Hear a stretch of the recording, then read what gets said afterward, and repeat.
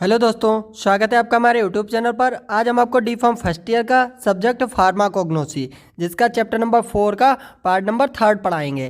दोस्तों, अगर आपने पार्ट नंबर 1 और पार्ट नंबर 2 नहीं देखा है तो आप हमारे चैनल की प्लेलिस्ट में जाइए, वहाँ से पार्ट नंबर 1, पार्ट नंबर 2 को पढ़ लीजिए। और दोस्तों, अगर वीडियो अच्छी लगे तो वीडियो को लाइक कर देना और हमारे चैनल को सब्सक्राइब करके ज़्यादा से ज़्यादा अपने दोस्तों को शेयर कर देना, अपने कॉलेज ग्रुप में भी वीडियो को शेयर कर देना। और अगर आपको मेरे व्हाट्सएप ग्रुप से ऐड होना है तो डिस्क्रिप्शन बॉक्स में लिंक दी गई है, आप मेरे व्हाट्सएप ग्रुप से ऐड हो सकते हैं। और दोस्तों, अगर आपने अभी तक पीडीएफ परचेज़ नहीं की है तो दोस्तों पीडीएफ आपके लिए बहुत हेल्पफुल होंगी। 199 रुपये में आपको सारी पीडीएफ प्रोवाइड कर दी जाएंगी और वीडियो आएगी, तो उसके बाद आप जब पीडीएफ पढ़ेंगे तो आपको बहुत अच्छे से समझ में आएगी। तो आपका टॉपिक स्टार्ट करेंगे, टैनिन के बारे में बताएंगे इस वीडियो के अंदर। और पार्ट 1 में हमने एल्केलॉइड के बारे में बताया, पार्ट 2 में हमने ग्लाइकोसाइड के बारे में बताया और थर्ड पार्ट में आपको हम टैनिन्स के बारे में बताते हैं। तो टैनिन्स का सबसे पहले पढ़ते हैं इंट्रोडक्शन कि टैनिन क्या होता है। तो जो टैनिन नेम है वह फ्रेंच भाषा से ड्राइव्ड किया गया है। जो आपका टैनिन है यानी इसका विकास कहाँ से हुआ है, यह आपका फ्रेंच से इसका विकास हुआ है। और नेचुरल पॉलीफिनाइल को ही टैनिन कहा जाता है। जो पॉलीफिनाइल होते हैं, जो नेचुरल पॉलीफिनाइल होते हैं, उनको ही टैनिन कहा जाता है। और दोस्तों, टैनिन सेकेंडरी मेटाबोलाइट की तरह वर्क करते हैं। जो आपके टैनिन होते हैं, जो आपके सेकेंडरी मेटाबोलाइट्स होते हैं, ये उसी की तरह वर्क करते हैं और इसमें कोई भी नाइट्रोजीनस कंपाउंड नहीं होता है। यानी टैनिन के अंदर कोई भी नाइट्रोजीनस कंपाउंड प्रेजेंट नहीं होता है, इसमें फिनोलिक कंपाउंड्स होते हैं, यानी इसके अंदर फिनॉल प्रेजेंट होता है। तो दोस्तों, आपको याद रखना है कि जो आपका टैनिन होता है इसके अंदर फिनॉल प्रेजेंट होता है, इसके अंदर फिनोलिक कंपाउंड प्रेजेंट होता है। और इसकी जो प्रॉपर्टी होती है, एस्ट्रिंजेंट की इसकी प्रॉपर्टी होती है। यानी जो आपका टैनिन होता है ये क्लॉटिंग में हेल्प करता है, यानी प्रोटीन के प्रेसिपिटेशन में हेल्प करता है। यानी जहाँ पर हमारी चोट लग जाती है तो वहाँ पर बाहर की तरफ प्रोटीन जमा हो जाती है येलो कलर में, तो उसको बनाने में हेल्प करता है जो आपका टैनिन होता है। और टैनिन वर्ड का यूज़ जो है, शेगुइन जो आपके एक साइंटिस्ट थे, इन्होंने 1796 में इसका यूज़ किया था टैनिन वर्ड का।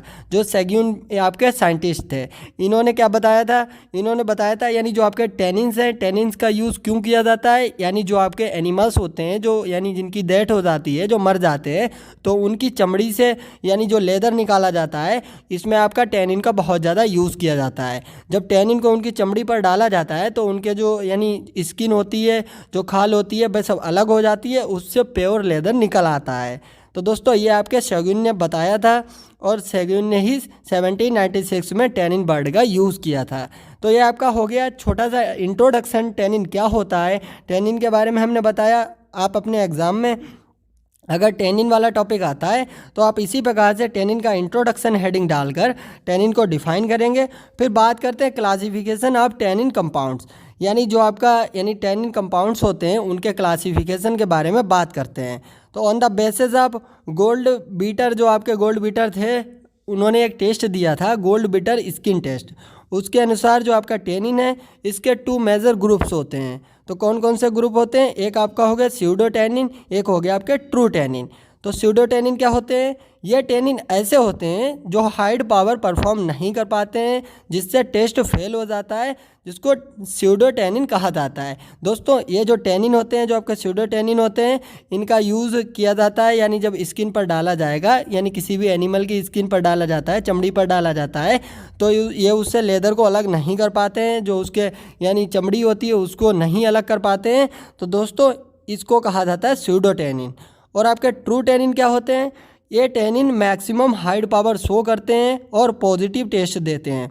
ये पॉजिटिव टेस्ट देने का मतलब जब इनको किसी की एनिमल की चमड़ी पर डाला जाता है तो उससे जो बाल होते हैं वो अलग कर देते हैं, जो खाल होती है अलग करते हैं और लेदर को अलग कर देते हैं। तो इसीलिए इनको कहा जाता है ट्रू टैनिन्स। और जो आपके ट्रू टैनिन होते हैं ये आपके 2 टाइप के होते हैं। एक तो आपके होते हैं हाइड्रोलिजबल टैनिन, जिसको पायरोगेलोल टैनिन भी कहा जाता है, और सेकंड इसका क्या है, आपका नॉन हाइड्रोलिजबल टैनिन, जिसको कंडेंस्ड टैनिन भी कहा जाता है। तो आपके 2 टैनिन 2 टाइप के हो गए, एक हो गया आपके हाइड्रोलिजबल, एक हो गया आपके नॉन हाइड्रोलिजबल। तो आपके हाइड्रोलिजबल कौन से होते हैं और नॉन हाइड्रोलिजबल क्या होते हैं, इनके बारे में बात करेंगे। तो दोस्तों अगर वीडियो अच्छी लग रही हो तो वीडियो को लाइक कर दीजिए और हमारे चैनल को भी सब्सक्राइब करके ज़्यादा से ज़्यादा अपने कॉलेज ग्रुप में शेयर कर दीजिए और अपने दोस्तों के पास भी वीडियो को शेयर कर दीजिए। तो बात करते हैं सबसे पहले हाइड्रोलिज्बल टैनिन के बारे में। ये ऐसे टैनिन होते हैं जो एंजाइम एंड मिनरल एसिड में हाइड्रोलिज्बल होते हैं, यानी ये एंजाइम में भी यानी घुल जाते हैं और मिनरल के अंदर भी हाइड्रोलिज्बल होते हैं, जिनको कहा जाता है हाइड्रोलिज्बल टैनिन। इसकी हाइड पावर बहुत ज़्यादा होती है, यानी ये चमड़ी को बहुत जल्द ही रिमूव कर देते हैं, किसी भी एनिमल की चमड़ी से बहुत जल्दी ही उसको लेदर को अलग कर देते हैं। इनका एग्जांपल है जो गैलोटेनिन होता है, वह किससे कंपोज्ड होता है? गैलिक एसिड से। तो ये आपका एग्जांपल है गैलोटेनिन कंपोज्ड ऑफ गैलिक एसिड। ये आपका हाइड्रोलिज्बल टैनिन का एग्जांपल है। और नॉन हाइड्रोलिज्बल टैनिन क्या होते हैं? ये ऐसे टैनिन होते हैं जो easily mineral acid and enzyme के द्वारा ब्रेक डाउन नहीं होते हैं। जो आपके हाइड्रोलिज्बल हैं वह तो ब्रेक डाउन हो जाते हैं मिनरल के द्वारा, एंजाइम के द्वारा, लेकिन जो आपके नॉन हाइड्रोलिज्बल टैनिन होते हैं ये इजीली ब्रेक डाउन नहीं होते हैं मिनरल के द्वारा, एंजाइम के द्वारा इजीली ब्रेक डाउन नहीं होते हैं। तो दोस्तों ये क्लासिफिकेशन हो गया आपका टैनिन का। फिर बात करते हैं occurrence and distribution of tannin, यानी टैनिन के ऑक्यूरेंस एंड डिस्ट्रीब्यूशन के बारे में बात करेंगे। तो इसमें क्या लिखा हुआ है हमने? टैनिन मेनली प्लांट किंगडम में ही पाया जाता है। जो टैनिन होता है ये ज़्यादातर प्लांट किंगडम में ही पाया जाता है, यानी इसको प्लांट से ही ऑब्टेंड किया जाता है। और कुछ फैमिलीज़ हैं जिसमें हाइड्रोलिज्बल एंड नॉन हाइड्रोलिज्बल टैनिन पाए जाते हैं, यानी कुछ फैमिलीज़ को हमने लिखा है जिसमें आपके हाइड्रोलिज्बल भी टैनिन पाए जाते हैं और नॉन हाइड्रोलिज्बल टैनिन भी पाए जाते हैं। जैसे आपका रोसिएसी फैमिली हो गया, लेगुमिनेसी हो गया, कम्ब्रेटिएसी हो गई फैमिली, पोलिजिनेसी हो गई, रूबिएसी हो गई, जर्निएसी हो गई, ये आपकी फैमिली हो गई जिसमें जो आपके नॉन हाइड्रोलिज्बल टैनिन भी पाए जाते हैं और हाइड्रोलिज्बल टैनिन भी पाए जाते हैं। और क्रूसीफेरी एंड पेपिवेरी जो आपकी फैमिली होती है पेपिवेरेसी, इस फैमिली में टैनिन थोड़ा भी नहीं पाया जाता है।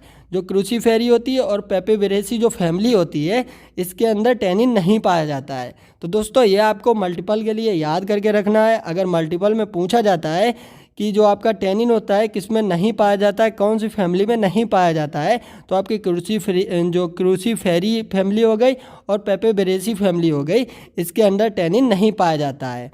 और टैनिन कभी कभी प्लांट की ग्रोथ को रोक देते हैं। जो टैनिन होते हैं ये कभी कभी क्या करते हैं? प्लांट की ग्रोथ को रोक देते हैं, जिसके कारण बार्क का बनना, यानी जो छाल होती है प्लांट की उसका बनना, हार्डवुड का बनना, यानी लकड़ी ज़्यादा मात्रा में प्लांट्स में लकड़ी का बनना बंद हो जाता है। तो दोस्तों ये हो गया टैनिन का ऑक्यूरेंस एंड डिस्ट्रीब्यूशन। फिर बात करेंगे टैनिन के आइसोलेशन ऑफ टैनिन, यानी टैनिन के आइसोलेशन के बारे में बात करते हैं। तो इसमें लिखा है जो भी हमारा टैनिन कंपाउंड होता है उसे ईजिली हम वाटर या अल्कोहल की सहायता से एक्सट्रैक्ट कर सकते हैं। जो हमारा टैनिन होता है, टैनिन को किससे प्राप्त किया जा सकता है? वाटर के द्वारा, अल्कोहल की सहायता से एक्सट्रैक्ट किया जा सकता है, चाहे वह हाइड्रोलिज्बल टैनिन हो या नॉन हाइड्रोलिज्बल टैनिन हो। दोनों को हुई जो आपके दोनों टैनिन हो गए इनको वाटर एंड अल्कोहल के सहायता से प्राप्त किया जा सकता है। टैनिन वाटर एंड अल्कोहल के साथ हाईली सोलबल होता है, जबकि ऑर्गेनिक सॉल्वेंट जैसे क्लोरोफॉर्म हो गया, ईथर हो गया, बेंजीन हो गया, इसके साथ इनसॉल्बल होता है। जो आपका वाटर हो गया, अल्कोहल हो गया, इसके साथ टैनिन जो होते हैं वह सॉल्बल होते हैं, बहुत अच्छे सॉल्बल होते हैं। लेकिन जो आपके ऑर्गेनिक सॉल्वेंट हो गए जैसे क्लोरोफॉर्म हो गया, ईथर हो गया, बेंजीन हो गया, इसके साथ ये इनसॉल्बल होते हैं। तो टैनिन की एक्सट्रैक्शन प्रोसेस को वाटर एंड ईथर की प्रेजेंट में किया जाता है, यानी ईथर प्रेजेंट होगा और वाटर प्रेजेंट होगा तो इसकी प्रेजेंट में किया जाता है, या वाटर अल्कोहल एंड ईथर की प्रेजेंट में किया जाएगा। या तो आपका वाटर ईथर होगा या आपके तीन होंगे, वाटर अल्कोहल और ईथर।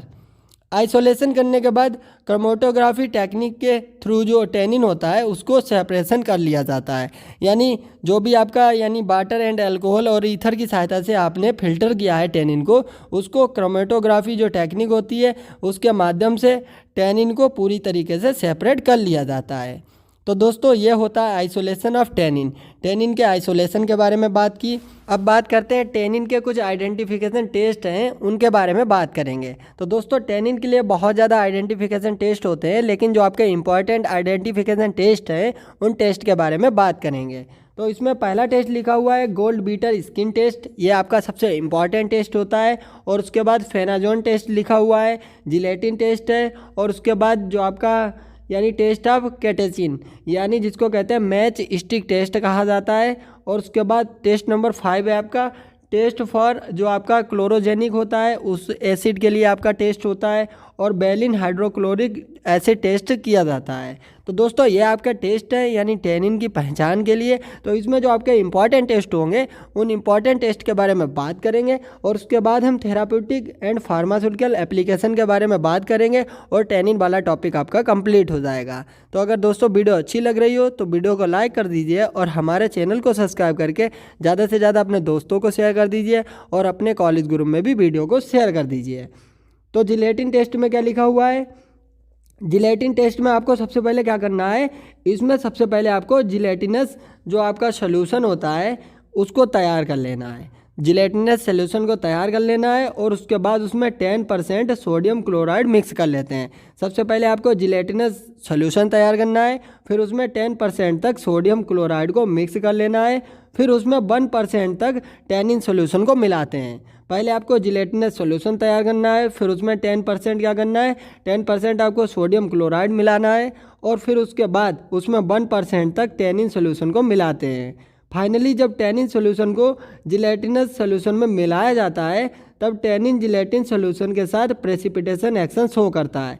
यानी जब इसके अंदर यानी जो आपका जिलेटिनस सोल्यूशन होता है उसमें जब आपका यानी टैनिन सोल्यूशन मिलाया जाता है तो ये क्या शो करता है, ये आपका एक प्रेसिपिटेशन एक्शन शो करता है जिससे यह पता लग जाता है कि इसमें टैनिन प्रेजेंट होता है। तो दोस्तों ये आपका टेस्ट होता है जो जिलेटिन टेस्ट होता है उसकी थ्योरी लिखी हुई है। और उसके बाद बात करते हैं गोल्ड बीटर स्किन टेस्ट के बारे में। ये आपका इम्पॉर्टेंट टेस्ट है तो इसको आप अच्छे से समझ लीजिए। तो इसमें सबसे पहले स्किन पीस लेंगे यानी किसी भी एनिमल की चमड़ी को लेंगे और उसमें 2% तक हाइड्रोक्लोरिक एसिड को भिगोकर रख देते हैं। यानी जो आपका यानी जो भी आपका एनिमल की यानी चमड़ी को लिया है उसको 2% हाइड्रोक्लोरिक जो एसिड होता है उसमें भिगोकर रख देना है। फिर उसे डिस्टिल्ड वाटर की सहायता से धो लेते हैं, फिर उसको डिस्टिल्ड वाटर की सहायता से धो लेना है। फिर उसे डिस्टिल्ड वाटर में वॉश करने के 5 मिनट बाद उसमें 1% फेरस जो आपका सल्फेट सॉल्यूशन होता है उसमें ट्रांसफ़र कर देंगे। जो 1% का फेरस सल्फेट सॉल्यूशन होता है उसमें उस पीस को डाल देंगे और पीस को डालने के बाद फाइनली में ब्राउन एंड ब्लैक कलर की मेम्ब्रेन अपेयरिंग होने लगती है। तो उसमें क्या होता है, जो आपका ब्लैक एंड ब्राउन कलर की मेम्ब्रेन अपेयरिंग होने लगती है। इससे ये पता लग जाता है कि इसमें टैनिन प्रेजेंट होता है। तो दोस्तों ये आपका टेस्ट होता है गोल्ड बीटर स्किन टेस्ट होता है। और जिलेटिन टेस्ट के बारे में बात की और फिर बात करते हैं थेराप्यूटिक फार्मास्यूटिकल एप्लीकेशन के बारे में। यानी टैनिन की मेडिकली एस्ट्रिंजेंट प्रॉपर्टी होती है। यानी एस्ट्रिंजेंट के बारे में अभी हमने प्रीवियस में भी बताया था। और टैनिन न्यू टिश्यू को बनने में भी हेल्प करते हैं। जो हमारी बॉडी के अंदर टिश्यू प्रेजेंट होते हैं उनको बनने में भी आपके टैनिन जो होते हैं बॉडी के अंदर तो ये हेल्प करते हैं। और टैनिन बाउंड्स यानी जो घाव होते हैं उसको भरने के लिए इन्फ्लामेशन में भी टैनिन का यूज़ किया जाता है। यानी कहीं पर भी अगर कोई जल जाता है या सूजन हो जाती है तो दोस्तों टैनिन का यूज़ किया जाता है। और टैनिन का यूज़ अल्सर हो गया, हीमोरॉइड्स हो गया और माइनर बर्न्स हो गए, इसके ट्रीटमेंट में भी किया जाता है। और एड्स के ट्रीटमेंट में भी टैनिन का यूज़ किया जाता है। तो दोस्तों ये कुछ टैनिन के यूज़ थे जिसको हमने बताया। तो दोस्तों अगर आप अच्छे से पढ़ेंगे इतनी थ्योरी को, देखिए वीडियो छोटी हो या बड़ी हो लेकिन आपको समझ में आना चाहिए। तो दोस्तों अगर आप अच्छे से इसको लिख लेते हैं, अगर आपने PDF ली है, आप अगर इसको पढ़ेंगे तो आपके एग्ज़ाम में बहुत अच्छे नंबर आएंगे। तो वीडियो अगर अच्छी लगे तो वीडियो को लाइक कर देना और हमारे चैनल को सब्सक्राइब करके ज़्यादा से ज़्यादा अपने दोस्तों को शेयर कर देना और अपने कॉलेज ग्रुप में भी वीडियो को शेयर कर देना। वीडियो देखने के लिए धन्यवाद दोस्तों।